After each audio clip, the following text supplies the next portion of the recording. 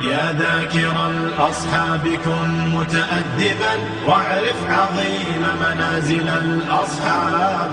هم صفوة رفعوا بصحبة أحمد وبذاك قد خصوا من الوهاب.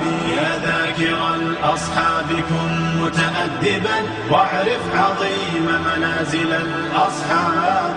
هم صفوة رفعوا بصحبة أحمد وبذاك قد خصوا من الوهاب. هم ناصروا المختار في تبليغه فجزاهم الرحمن خير ثواب. ما بال أهل الغي طال لسانهم وتجرؤوا ورموهم بسباب.